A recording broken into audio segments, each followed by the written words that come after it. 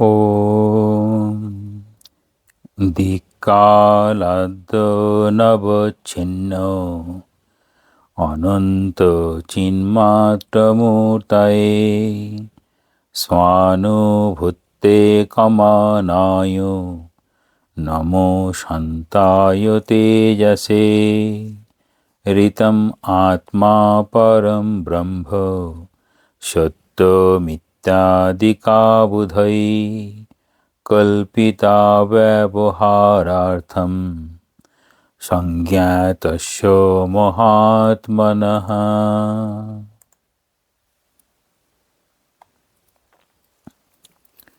আজ ক্লাস হবে আত্মমনন প্রকরণ 7 নম্বর শ্লোক। তবে ক্লাসের শুরুতে গতদিনের ক্লাসে আমি ব্রহ্ম, ব্রহ্মই আমি এইরূপ কথনকে ব্যতিহার নির্দেশ বা বিপরীত ক্রমে নির্দেশ বলে। এই অংশটা আমরা দেখার চেষ্টা করব। এখানে কি বলতে চাইছে? এই ব্যতিহার নির্দেশ, এই বিষয়টি আলোচিত হয়েছে ব্রহ্মসূত্রে। ব্রহ্মসূত্রের 3:3-37 এইরকম জায়গায় রয়েছে। সেখানে বলা হচ্ছে ব্যতিহার বিশিংসতি হি ঐতরবৎ। এইরকম কিরকম বলছেন? ব্যতিহার উপাসনার বা পারস্পরিকতা, বিশিংসন্তি শাস্ত্রসমূহ ইহার বিধান দিয়া থাকেন, হি কারণ, ইতরবৎ অন্য ক্ষেত্রে যেই রূপ আছে সেই রূপ। এই পারস্পরিক, এটি আমরা উপাসনার ক্ষেত্রেও দেখি। সেখানে বলা হয় দেবম ভূত্বা দেবম যজেত, অর্থাৎ যিনি পূজা করবেন ভক্ত, তিনি প্রথমে দেবম ভূত্বা নিজেকে ওই দেবতার গুণে গুণান্বিত হয়ে তারপর তিনি দেবতাকে পূজা করবেন, এরকম একটি ভাব। ঠিক এই বিষয়টাই এখানে উল্লেখ করা হচ্ছে। এইরকমভাবে শাস্ত্রে পারস্পরিক উপাসনার উল্লেখ আছে, যথা আমি ব্রহ্ম, ব্রহ্মই আমি ইত্যাদি। যেমন অন্যত্র এইরূপ পারস্পরিকতা দৃষ্ট হয়। এই ব্রহ্মসূত্র এই অংশটা যেখান থেকে নেওয়া হয়েছে সেইটি আবার ঐতরেয় আরণ্যকে আছে। আমরা ঐতরেয় আরণ্যকে পাই আমি যাহা উনি তাহা, আমি যাহা উনি তাহা, উনি যাহা আমিও তাহা। এটি যখন মহাবীর হনুমান বলছেন কখনো আমি নিজেকে জীব ভাবি তখন একরকম, যখন নিজেকে আমি দাস ভাবি তখন একরকম, যখন আমি নিজেকে তুমিই ভাবি। তাহলে 3টে অংশ দেখাচ্ছেন এখানে। এই জীব বুদ্ধি যখন এরকম আসে, প্রভু বুদ্ধি অর্থাৎ নিজে দাস, স্বয়ং ঈশ্বর তার প্রভু, তখন কিন্তু তিনি অংশ নন। পরে তিনি পূর্ণ, আমি হচ্ছে অংশ। এই পূর্ণ আত্মার অংশ বিশিষ্টভাবে দ্বৈত, সেটা হচ্ছে বিশিষ্টাদ্বৈত। আর আমি এক জায়গায় আছি আর ঈশ্বর এক জায়গায় রয়েছেন, জীবের ভাব যেরকম। আর তারপর যখন এই অদ্বৈত জ্ঞান লাভ হয় তখন হচ্ছে আমিই তুমি। এই আমিই তুমি, তাই বলা হচ্ছে আমি ব্রহ্ম, আবার ব্রহ্মই আমি। যেটি বেদান্ত সারও আছে, আমাদের মধ্যে তিনি বিরাজ করছেন সাক্ষী রূপে, সাক্ষী স্বরূপ তিনি আছেন, ব্যষ্টি এবং সমষ্টি, ব্যষ্টির স্বরূপ। তাহলে আমাদের মধ্যে যে অন্তর্যামিত্ব রয়েছে সেটি ক্ষুদ্র, কিন্তু সেই ভাবটি ওখানে রয়েছে। তো ঈশ্বরের সঙ্গে তখন দেখানো হবে শেষে পর্যন্ত গিয়ে ব্রহ্মের স্বরূপ বলতে গিয়ে বলা হবে চৈতন্য সত্তা। সেই দিক দিয়ে আমরা একই, কিন্তু তার এই পূর্ণতা, বিশালতা আর আমাদের ক্ষেত্রে সেটা সসীম, কিন্তু চৈতন্যগত দিক দিয়ে দুটি সমান। ঠিক সেরকম বলছেন আমি যাহা উনি তাহা, উনি যাহা আমিও তাহা। এখানে প্রশ্ন হইতেছে, এখানে কি উপাসনাটি পারস্পরিক ধর্মী? অর্থাৎ উপাসক কি প্রথমে নিজেকে সূর্যের সঙ্গে অভিন্ন মনে করিবেন, বা এখানে যখন দেবতার পূজা করবে দেবতার সঙ্গে কি অভিন্ন মনে করবেন? হ্যাঁ, প্রথমে দেবতার সঙ্গে অভিন্ন মনে করবেন। দেবম ভূত্বা দেবম যজতে। খুব সুন্দরভাবে দেখবেন আমাদের পূজার ক্ষেত্রে দেখানো হয় প্রাণ প্রতিষ্ঠা করা হয়। তাহলে দেবতাতে, মূর্তিতে প্রাণ প্রতিষ্ঠা হবে। প্রাণ প্রতিষ্ঠা কে করবেন? পূজক করবেন। সেই প্রাণটাকেই না নিজের প্রাণটাই যেমন প্রতিস্থাপন করছেন। সেই প্রাণ প্রতিষ্ঠার আবার কিছু কিছু ক্রম আছে, সেগুলো সব রিচুয়ালিস্টিক, কিন্তু বিষয়বস্তু কীরকম হচ্ছে যে আমি তার সঙ্গে নিজেকে অভিন্ন মনে করছি। উপাসক কি প্রথমে নিজেকে সূর্যের সঙ্গে অভিন্ন মনে করিবেন এবং পরে বিপরীত ক্রমে নিজের মধ্যেই আদিত্যকে ধ্যান করিবেন? তাহলে আমরা প্রথমে যেমনভাবে গুরুরা বলেন, ইষ্ট প্রথমে বাইরে দেখছি, তারপর আমার মধ্যেই ইষ্ট, তারপর আমি ইষ্ট। ইষ্টের কি সেখানে কীরকম হবে? এখানে খুব সুন্দরভাবে কথাটি উল্লেখ করা হয়। ঠাকুর যেমন বলছেন, যে যার চিন্তা করে সে তার সত্তা পায়। তো আমরা যদি এরকম ভগবান বা অবতারে চিন্তা করি, অবতারে যদি সত্তা পাই, আমরা কি অবতার হয়ে যাব? না, আমাদের মধ্যে তার প্রতিফলন ঘটবে। আমি তার যে গুণ, যে ভাব, যেটা নিয়ে আমি চিন্তা করব, সেই ভাবটা আমার মধ্যে থেকে প্রকাশ পাবে আমার শক্তি অনুযায়ী। তাহলে বলছেন বিপরীত ক্রমে নিজের মধ্যেই আদিত্যকে ধ্যান করিবেন, অথবা শুধুমাত্র প্রথমোক্ত পদ্ধতিতেই উপাসনা করিবেন। প্রতিপক্ষ মনে করেন যে এক পক্ষ হইতেই উপাসনা করিতে হইবে, উভয় পক্ষ হইতে বিপরীত ক্রমে নহে। কারণ প্রথম উপাসনাটির একটি তাৎপর্য আছে, যেহেতু ইহা জীবকে ব্রহ্মের স্তরে উন্নীত করে। তাহলে জীবকে ব্রহ্মের স্তরে, স্বামীজি এটাকেই বলছেন আমাদের প্রত্যেককে দেবতা হতে হবে। কীরকম না, আমরা স্বাভাবিক জৈবিকভাবে আমি জীব, তারপর তার মধ্যে মনুষ্যত্বের আমি মানুষ। তাই বলা হচ্ছে না আমাদের কীরকম উত্তরণ ঘটছে, না আমরাই সেই পশুত্ব অবস্থা থেকে মনুষ্যত্ব, মনুষ্যত্ব থেকে দেবত্ব, এইরকম ক্রম। তাহলে জীবকে ব্রহ্মের স্তরে উন্নীত করতে, কিন্তু ব্রহ্মকে জীবের স্তরে অবনমিত করার কোনো সার্থকতা নেই। এবার বলা হচ্ছে আমাদের সকলের মধ্যেই তিনি আছেন। তাহলে তাকে কি নামিয়ে দেওয়া হলো? না, তিনি সকলের মধ্যেই আছেন। কীরকমভাবে? তিনি সাক্ষী স্বরূপ হয়ে রয়েছেন। তিনি প্রত্যেকের মধ্যেই, যেমনভাবে আমরা অন্তর্যামী সত্তা বলি, সেরকমভাবে রয়েছেন। এই সূত্রটি এই মতকে খণ্ডন প্রসঙ্গে বলিতেছেন যে উপাসনা পারস্পরিকভাবে উভয় পক্ষ হইতেই করিতে হইবে। কেন বলছেন? কারণ তাহা না হইলে এইরূপ উপদেশ নিরর্থক হইয়া যায়। তাহলে পারস্পরিক হতে হবে। অর্থাৎ আমি চিন্তা করব আমি, আমার ইষ্ট তিনি, আর আমার মধ্যে তার যেন প্রতিফলন ঘটে। তা আমার মধ্যে প্রতিফলন ঘটানোর জন্য আমাকে অভ্যাস করতে হবে। শ্রুতি স্পষ্টভাবেই বিপরীত ক্রমে পারস্পরিক উপাসনার উপদেশ দিয়াছেন। যেমন অন্যত্র শ্রুতি বলিয়াছেন যে ঈশ্বরকে সত্য সংকল্পরূপে ধ্যান করিতে হইবে। ঈশ্বরকে সত্য সংকল্পরূপে ধ্যান করিতে হইবে। তাহলে এখানে আমরা পাচ্ছি ঠাকুর যেমন বলতেন নরেন্দ্রনাথকে, তৎকালীন নরেন্দ্রনাথ, পরবর্তীকালে স্বামী বিবেকানন্দ, যে সত্যস্বরূপ ঈশ্বরের ধ্যান করতে বলতেন।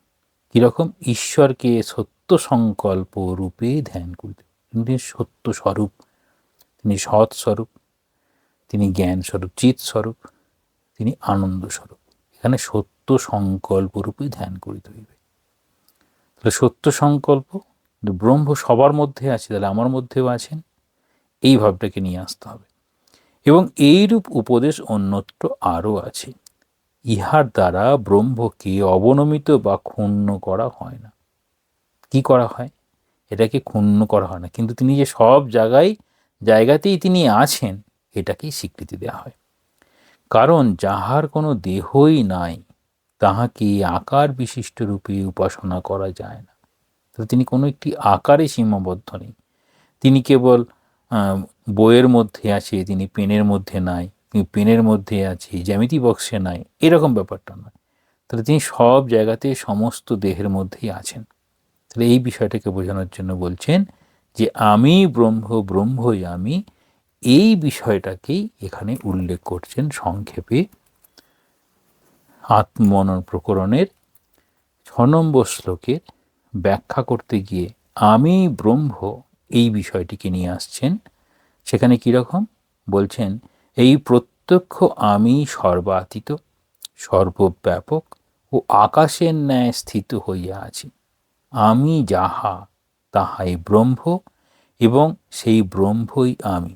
তাহলে বলতে যাচ্ছেন আমি ব্রহ্ম, ব্রহ্মই আমি, এই বিষয়টাকেই বলা হচ্ছে, এটা একটা টেকনিক্যাল টার্ম দিচ্ছেন, ব্যতিহার নির্দেশ। ব্যতিহার নির্দেশ অর্থাৎ বিপরীত ক্রমে। তাহলে আমি দেবতার কথা চিন্তা করতে করতে আমার মধ্যে দেবত্ব আসবে। তাহলে দেবতার যে গুণগুলো, দৈবী গুণগুলোর অভ্যাস করতে করতে দৈবী গুণগুলো আমার মধ্যে সম্পৃক্ত হয়ে যাবে। সেই জন্য বলছেন সত্যিকারের ধর্ম কি না, স্বরূপ হয়ে যাওয়া, স্বরূপ প্রাপ্তি। এই স্বরূপ প্রাপ্তি, সেটির কথা এখানে নির্দেশ করছেন। এখন পড়া হবে আত্মমনন প্রকরণের 7 নম্বর শ্লোক। ময়্যানন্তো চিদাম্বোধো আশ্চর্যম জীববিচয়ঃ সমুল্লসন্তি খেলন্তে প্রবিশন্তি স্বভাবতঃ। ইদম আশ্চর্যম অনন্তচিৎ অম্বোধৌ ময়ি জীব বিচয় স্বভাবত সমুল্লসন্তি খেলন্তি পুনঃ মই এব প্রবিশন্তি। ইহা বড়ই আশ্চর্যের যে অনন্ত চিৎ সমুদ্র রূপ আমাতে স্বভাবতই জীবরূপী লহরীসমূহ উৎপন্ন হইতেছে, আমাতে স্থিত হইয়াই বিবিধ ব্যাপার করিতেছে, পুনঃ আমাতেই বিলীন হইতেছে। সাগর বক্ষে উর্মিমালার ন্যায় জীবসমূহের স্বভাবই এইরূপ। তাহলে কিরকম বলছেন, যে চিৎ সমুদ্র আমাতে স্বভাবতই জীবরূপী লহরীসমূহ উৎপন্ন হইতেছে। এখানে বলছেন জীবরূপী, অর্থাৎ যখন আমরা এই জীবাত্মারূপে নিজেকে প্রকাশ করি, এটা মূলত আমাদের জাগ্রত অবস্থার ব্যাপার। জাগ্রত এবং স্বপ্ন, সুষুপ্তিতে আমরা বুঝতে পারি না।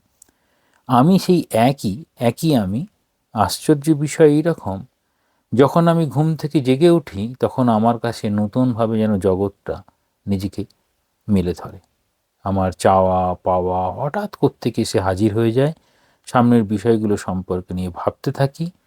তারপর কর্মময় অবস্থায় কর্মেন্দ্রিয়, জ্ঞানেন্দ্রিয় তারা বিভিন্ন রকমভাবে আমাকে আমার সামনে এই জগৎটাকে তুলে ধরে। তারপর যখন ঘুমের ঠিক আগের অবস্থা, স্বপ্নের অবস্থায়, তখন আবার আলাদা রকম কল্পনা যুক্ত হয়ে গিয়ে বাস্তব কল্পনা, অদ্ভুত সব তার জগৎ তৈরি করার চেষ্টা। আর সেই জগৎ যেন কোথায় হারিয়ে গেল গভীর ঘুমে, কিন্তু আমি একই রকমভাবে অবস্থান করছি। তাহলে এটাকেই বলছেন আমাতেই স্থিত হইয়াই বিবিধ ব্যাপার হইতেছে। সেটি তৈত্তরীয় উপনিষদ থেকে এখানে বলা হচ্ছে। আমরা তৈত্তরীয় উপনিষদ আমি যেটা পাঠিয়েছিলাম সেখান থেকে দেখব, তাহলে সেখান থেকে দেখলেই ভালো হবে। সেখানে বলছেন তৈত্তরীয় উপনিষদ এর বিশেষ ব্যাখ্যায় আসবে।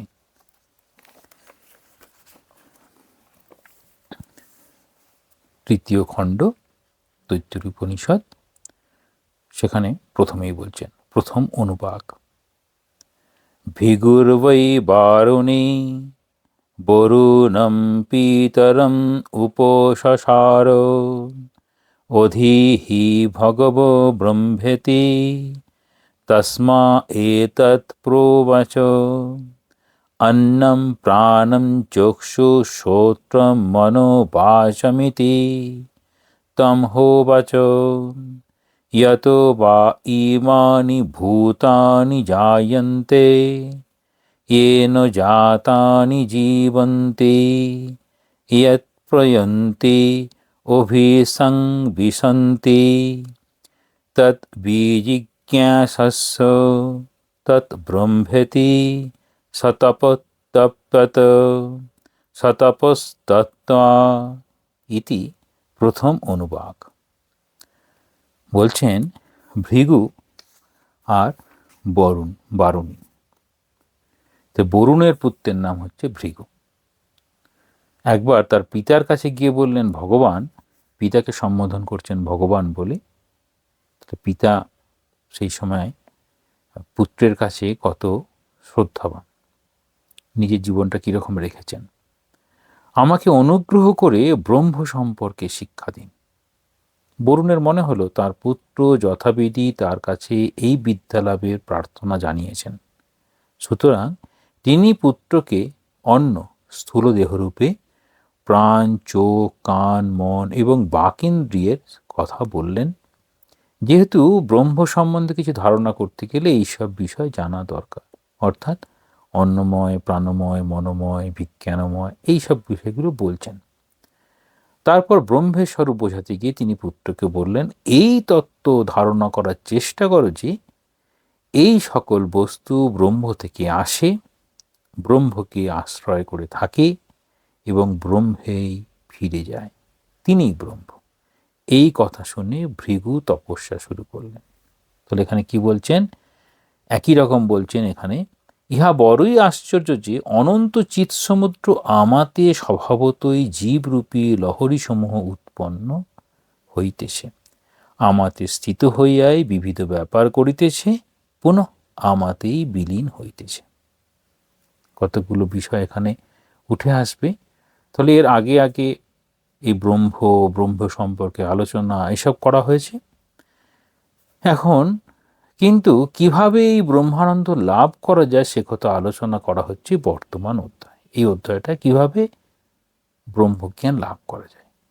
তাহলে প্রসঙ্গ শুরু হয়েছে একটি কাহিনীর মাধ্যমে। কাহিনী কিরকম? ভৃগু তরুণ বালক, তিনি তার পিতা বরুণের কাছে এসে বললেন, অধিহি ভগব ব্রহ্ম, ভগবান আমাকে ব্রহ্মবিদ্যা দান করুন। তাহলে সেই সময়কার অবস্থায়, অর্থাৎ উপনিষদের যুগে, পিতা ব্রহ্মজ্ঞান লাভ করেছেন, অর্থাৎ সংসারে আছেন, সংসার থেকে বাইরে নয়। যেমন সীমা সারদা দেবী বলেন যে সংসারীদেরও উদ্দেশ্য হচ্ছে, জীবনের উদ্দেশ্য ভগবান লাভ। ঠাকুর যেমন বলছেন, কর্মযোগে স্বামীজি বলছেন, সকলেরই উদ্দেশ্য ভগবান লাভ। তাহলে সেই বিদ্যা পিতা লাভ করেছেন। সেই পিতা লাভ করেছেন, পুত্র এবার জানতে চাইছে, পুত্রকে জানাচ্ছেন। অর্থাৎ প্রত্যেক পিতাকে জ্ঞান লাভ করতে হবে, তার সন্তানকে সেই জ্ঞানটি দেবেন বলে। এখানে লক্ষণীয় যে ভৃগু তার পিতাকে পিতা সম্বোধন করেননি। বরুণ খ্যাতনাম পণ্ডিত, ভৃগু তার কাছে শিষ্য হয়ে এসেছেন। তো যেমনভাবে স্কুলে শিক্ষকের ছেলে তার সন্তান, কিন্তু স্কুলে গিয়ে তার ছাত্র। এখানে যখন শিখতে চাইছে তখন ছাত্র। তাহলে একই সঙ্গে পিতা তার নিজের সন্তানকে শিষ্য হিসেবে দেখছেন, আবার পুত্র হিসেবেও দেখছেন। তাই ভৃগুর আচরণের নম্রতার প্রকাশ বিশেষভাবে লক্ষণীয়। পিতা সম্বোধন না করে শ্রদ্ধেয় আচার্যকে যেভাবে সম্বোধন করা উচিত, ভৃগুও তাই করলেন, ভগবান বলে সম্বোধন করলেন। এই সম্বোধন গভীর শ্রদ্ধা প্রকাশ করে। এই শ্রদ্ধাবান জ্ঞান লভতে জ্ঞানম, এরকম বলা হয়, শ্রদ্ধাবান ছাড়া জ্ঞান লাভ করতে পারে না। এই উপনিষদে ব্যবহৃত শব্দগুলি অত্যন্ত তাৎপর্যপূর্ণ। উপসসার শব্দটিও সম্মানসূচক। এর অর্থ বিনম্রভাবে কাছে যাওয়া। উপনিষদ কেন পিতা পুত্রের কাহিনী দিয়ে শুরু করছেন? আচার্য শঙ্কর বলছেন যে এই জ্ঞান কত মূল্যবান তা বোঝাতেই এই কাহিনীর অবতারণা। এই জ্ঞানটা কত মূল্যবান, পিতা এই জ্ঞান উত্তরাধিকার সূত্রে পুত্রকে দিয়ে যেতে চান। পিতা এই সর্বোচ্চ জ্ঞান পুত্রের জন্য সংরক্ষিত করেন, অর্থাৎ তিনি জেনেছেন পুত্র নিজেই পিতার কাছে এই জ্ঞান প্রার্থনা করলে পিতা খুশি হন। তাহলে সবসময় সন্তানদের কাছে কোনটা দিয়ে পিতামাতার খুশি হওয়া উচিত? তখন বলছেন সন্তানকে জ্ঞান প্রদানের মাধ্যমেই পিতামাতার আনন্দ বেশি পাওয়া উচিত। তবে জ্ঞানটাই তার সঙ্গে যাবে, তার সঙ্গে থাকবে। অন্য কিছু সব পৃথিবীতে রেখে যেতে হবে, জ্ঞান সে সঙ্গে নিয়ে যাবে, সংস্কার রূপে তার সঙ্গে চলে যাবে। কিন্তু বরুণ সরাসরি নির্গুণ ব্রহ্মের আলোচনায় প্রবেশ করেননি। তাহলে এই কঠিন জিনিসটা কি একবারে যায়? বলছে না, ধীরে ধীরে ধীরে ধীরে নিয়ে যেতে হয় বিষয়বস্তুগুলোকে। তাই এই স্থূল দেহ কীরকম? তাহলে স্থূল দেহ, তাহলে স্থূল শরীর, তারপর কীরকম? না সূক্ষ্ম শরীর, তারপর কারণ শরীর। স্থূল শরীর এই দেহ, তারপর সূক্ষ্ম শরীর, যেগুলো আমরা দেখতে পাচ্ছি না, শরীরটাতে মানে মৃত্যুর পরে যেগুলো সব যেন হারিয়ে গেল, আছে অথচ কাজ করছে না, অর্থাৎ যতগুলো ইন্দ্রিয় সবগুলো এইরকম। এইসব বলার পরে তারপর বলছেন কিন্তু ব্রহ্ম কি? বরুণ বলছেন ব্রহ্ম এই সমস্ত অস্তিত্বের উৎস। ব্রহ্ম কি? না সমস্ত অস্তিত্বের উৎস। যা কিছু আছে, যে অস্তিত্ব সৎ, তাহলে এক্সিস্টেন্স, এই যে অস্তিত্ব যেটিকে সৎ বলা হয়, তাহলে সেই অস্তিত্ব হচ্ছে ব্রহ্ম। সব কিছুর অস্তিত্ব উৎস হচ্ছে ব্রহ্ম। আচার্য শঙ্কর যোগ করছেন আব্রহ্ম স্তম্ভ পর্যন্ত। তাহলে আব্রহ্ম স্তম্ভ পর্যন্ত অর্থাৎ সব কিছু, সর্বম কল্লিদম ব্রহ্ম, সব কিছুই ব্রহ্ম। আবার ব্রহ্ম সব কিছুকে ধারণ করে আছেন, তাহলে তিনি ধারণ করে আছেন বলেই আছে। এবং অন্তে সব বস্তু ব্রহ্মেই লয় হয়। তাহলে আমরা যেখান থেকে এসেছি, স্বামীজি সরাসরি বলছেন অনন্ত থেকে এসেছি, আবার অনন্তে ফিরে যাই। অনন্ত ব্রহ্মের একটি স্বরূপ। তিনি কীরকম? না নিত্য শুদ্ধ বুদ্ধ মুক্ত, এই রকম তিনি অনন্ত অদ্বয়ম। এই বিশ্ব ব্রহ্মাণ্ড যেন এক বিশাল ব্রহ্মচক্র। এখানে জন্ম মৃত্যু আছে, আর আছে কত বিচিত্র রূপের আসা যাওয়া, কিন্তু সব কিছু ব্রহ্মের মধ্যেই আছে। এই সব কিছু যেখান থেকে আসে আবার সেখানেই ফিরে যায়। তাহলে যেখান থেকে আসে সেখানেই ফিরে যায়, অর্থাৎ আমাতেই স্থিতি অবস্থান করছে, আবার এই সব কাজ করার পরে আমার থেকে যেন চলে যাচ্ছে। শঙ্করাচার্য বৃহদারণ্যক উপনিষদ থেকে একটি শ্লোক উদ্ধৃতি দিচ্ছেন। এই শ্লোকে ব্রহ্মকে প্রাণের প্রাণ, বলা হয় চক্ষুস্য চক্ষু, প্রাণস্য প্রাণ, সত্যস্য সত্যম, মানে কানের কান, সব কিছু তিনি সেজন্য রয়েছেন। এবার তারপর পিতা ভৃগুকে বলছেন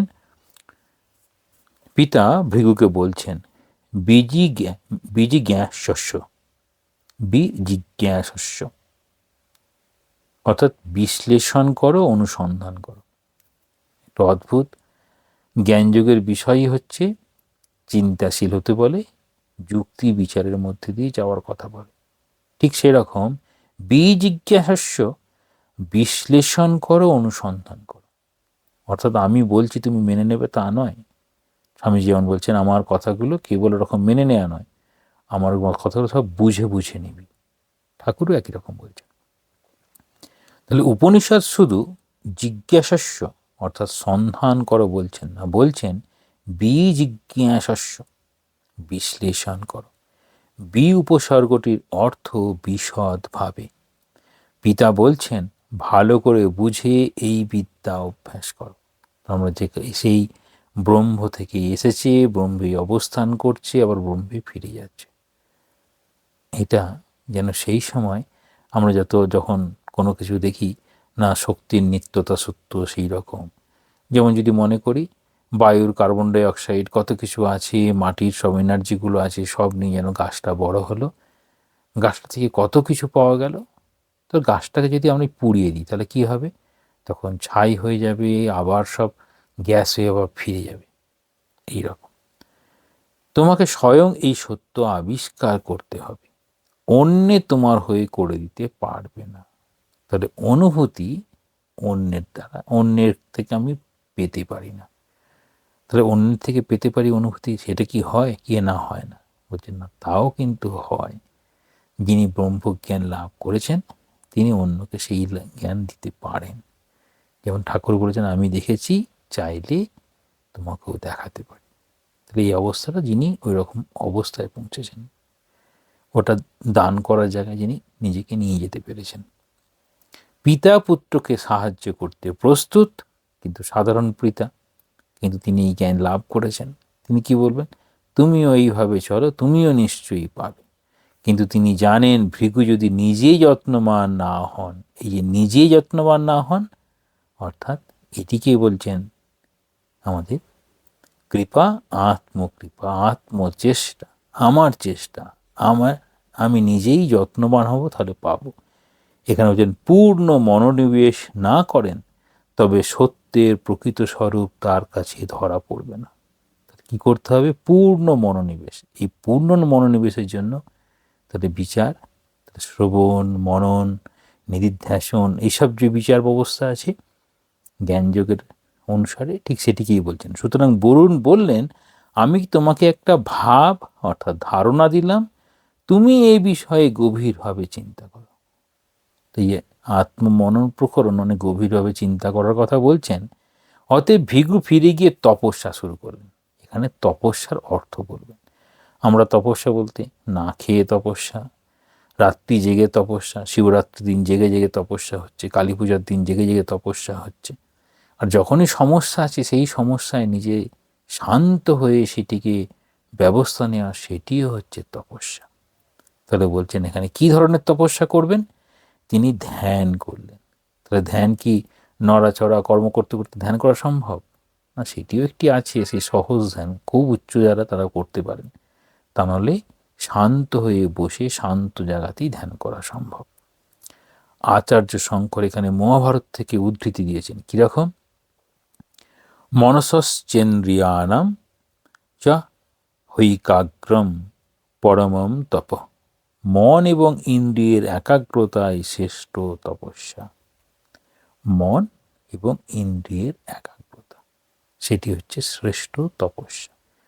তাহলে মন একটা বিষয় নির্দিষ্ট করে নিয়েছে, এবার ইন্দ্রিয়ের একাগ্রতা, অন্য কোনো ইন্দ্রিয়কে অন্য কোনো দিকে আমি যেতে দেব না।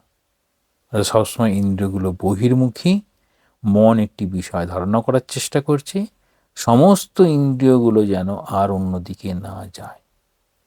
এই একাগ্রতার দ্বারাই সাধক মন, ইন্দ্রিয় এবং তার সমস্ত সত্তাকে এক লক্ষ্যের দিকে চালিত করেন। তাহলে সাধক মন, এই যত ইন্দ্রিয়, কর্মেন্দ্রিয়, জ্ঞানেন্দ্রিয় সব একদম শান্ত হয়ে যাবে। মন এবং প্রতিটি ইন্দ্রিয়ের বিশেষ বিশেষ ক্ষমতা আছে। চোখ, কান, বাক প্রত্যেকেরই এক এক রকম ক্ষমতা। বর্তমানে শক্তিগুলি বিক্ষিপ্তভাবে এদিক ওদিক ছোটাছুটি করছে। এগুলিকে সংহত করে একটি কেন্দ্রে একাগ্র না করলে মন ও ইন্দ্রিয় সকল আমাদের নিয়ন্ত্রণের বাইরে চলে যায়। নিয়ন্ত্রণের বাইরে চলে গেলে সম্ভব নয়। তাহলে এখানে বলছেন ওই নিয়ন্ত্রণের মধ্যে থাকবে, সেটিকেই শঙ্করাচার্য আবার বলছেন তজ্জ্ঞায় সর্বধর্মেভ্য। একাগ্রতা সকল আধ্যাত্মিক সাধনার মধ্যে শ্রেষ্ঠ। তাহলে অনেক সময় স্বামীজি এটিকেই বলছেন, আমাকে যদি আবার পড়াশোনা করতে হয় তো প্রথমেই আমি একাগ্রতা অভ্যাস করব। কেন বলছেন? না, সেটি হচ্ছে সকল সাধনার মধ্যে শ্রেষ্ঠ। মন একাগ্র হয়ে গেল, তারপর যখন যেটাতে মন দেব তখন সেই কাজটি সম্পন্ন হয়ে যাবে।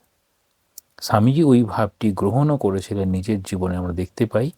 যে কারণে তিনি, আমরা যেমন প্রত্যেকটা শব্দ ধরে ধরে বই পড়ি, আরেকটু যারা ভালো পড়াশোনা বেশি করতে পারেন তারা হচ্ছে ওই শব্দগুলো না দেখে একদম বাক্যটাকেই প্রথমে দেখেন। আরও যখন পারেন তখন পুরো ওই প্যারাগ্রাফটা একসঙ্গে দেখতে পারেন। স্বামীজি সেরকম পুরো পৃষ্ঠাটা একবার দেখতে পেতেন, খালি পৃষ্ঠাগুলো উল্টে চলে যেন, পৃষ্ঠা যেন একদম স্ক্যান হয়ে যেত, এরকম অবস্থা। কারণ তার মন অন্যদিকেই যেত না। এরকম ঘটনাও পাশ্চাত্যে রয়েছে। স্বামীজি বই পড়ছেন, কেউ এসেছে, স্বামীজি বই পড়ছেন, অন্যদিকে কোনো মন নেই, কিন্তু যে এসেছে, ও তুমি এই এসেছো, কিন্তু চোখ থেকে কিন্তু বইটা সরে যাচ্ছে না। তারপর এটা রকফেলারের সঙ্গে ঘটনা, তারপর রকফেলারের কাহিনী বলেছেন, সেটি আলাদা, কিন্তু পড়াশোনা যখন করছেন তখন অন্যদিকে যাচ্ছেন। আমরা ঈশ্বরচন্দ্র বিদ্যাসাগরের জীবনের ঘটনা দেখি, যে মন এতটাই একাগ্র হয়েছিল যে তিনি যখন বই পড়ছিলেন পাশ দিয়ে বাজনা বাজিয়ে একদল চলে গেল, তিনি কিন্তু খেয়ালই করতে পারেননি।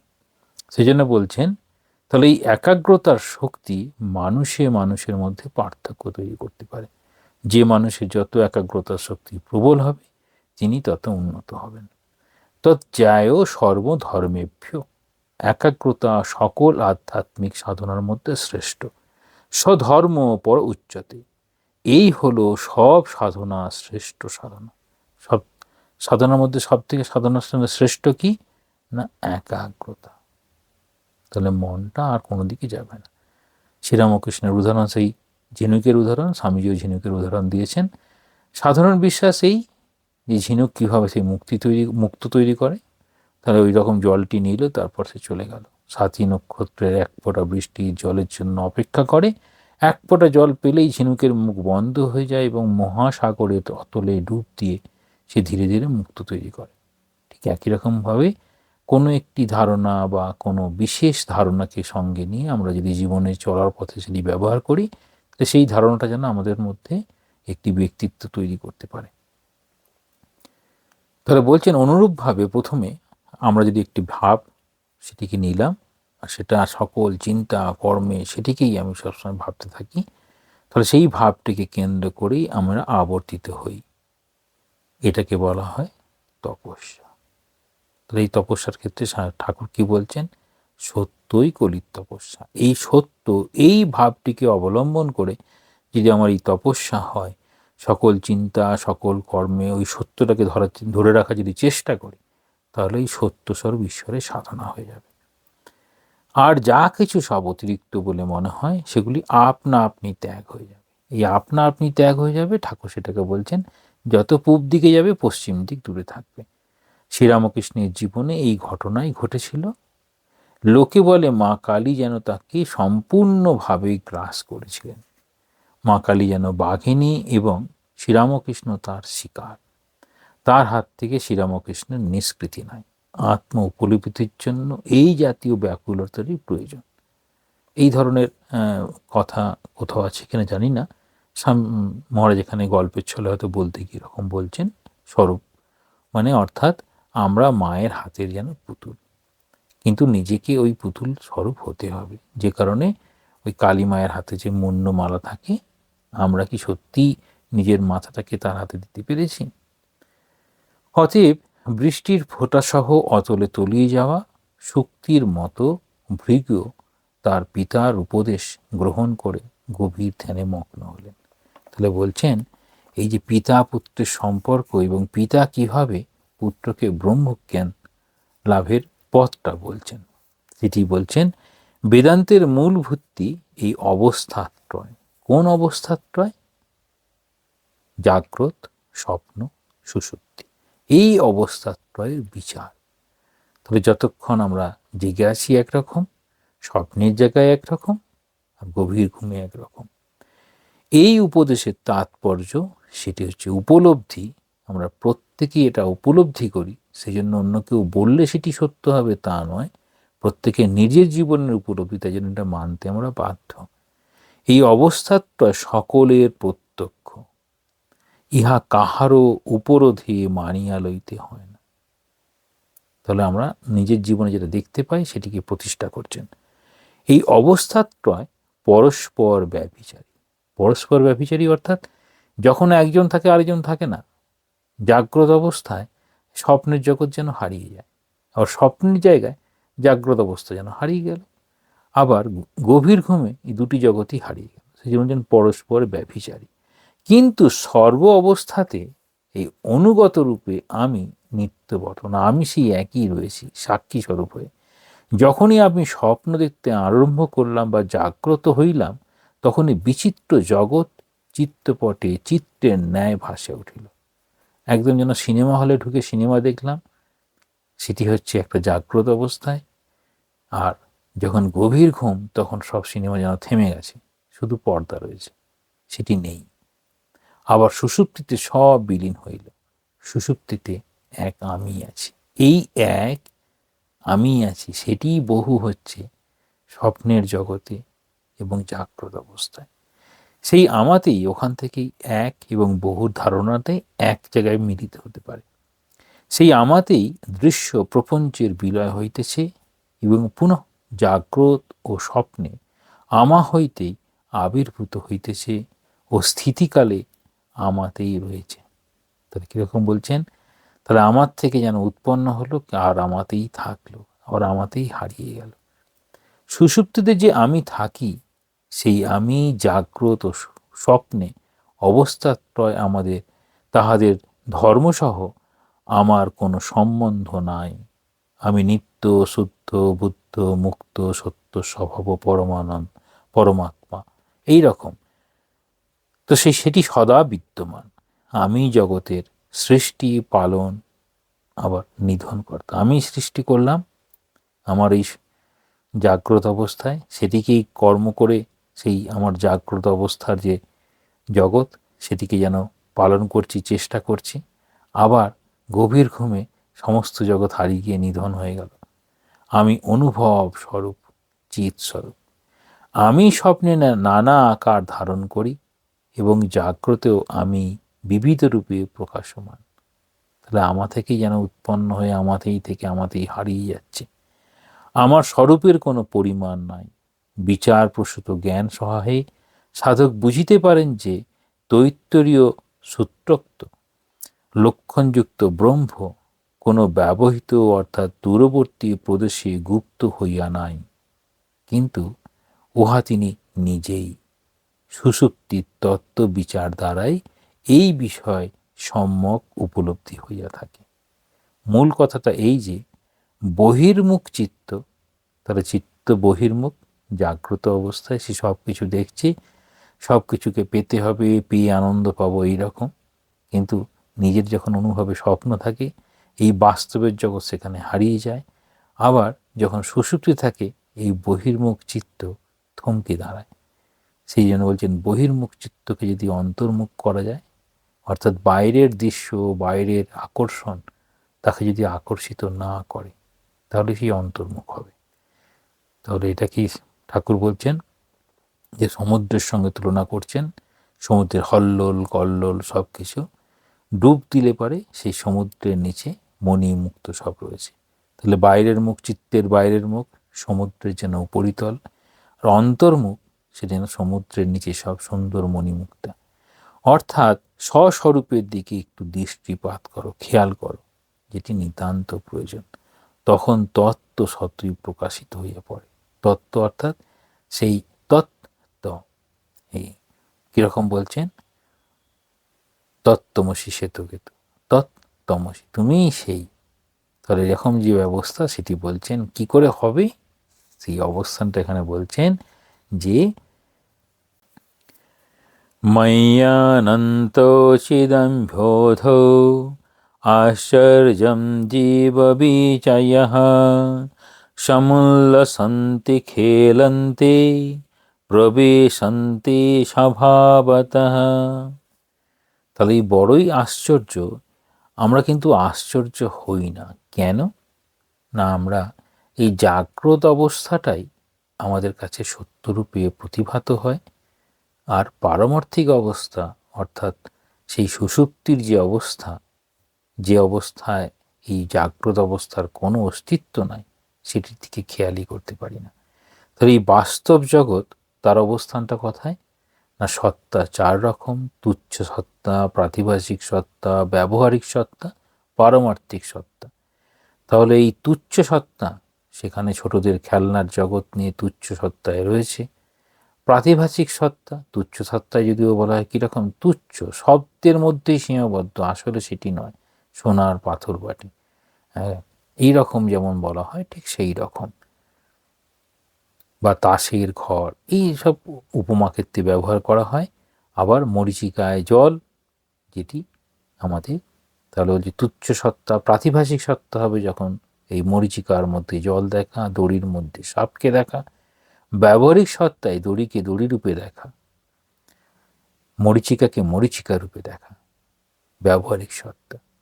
তাহলে এই ব্যবহারিক সত্তার ঊর্ধ্বে রয়েছে পারমার্থিক সত্তা। এই পারমার্থিক সত্তার জন্য আত্মমনন অত্যন্ত প্রয়োজন। সেজন্য বলছেন এই যে বড়ই আশ্চর্য, সেই আশ্চর্য আমি কী করে বুঝবো? না আমার জাগ্রত অবস্থায় এটি যেন তৈরি হলো, তাতে স্থিতি হয়েছে। জাগ্রত এবং স্বপ্নের দুরকম জগতে দুরকমের স্থিতি। আবার এই দুটোরই লয় কোথায় লয়? না আমাদের সুষুপ্তিতে। আর সাধকের জীবনে সাধনা করতে করতে তখন তুরীয় অবস্থা হয়, সেখানে লয় হয়, সেটি অনুভব হয়ে যায়। এইরকম। ওম শান্তি শান্তি শান্তি। হরি ওম তৎসৎ। শ্রীরামকৃষ্ণার্পণমস্তু।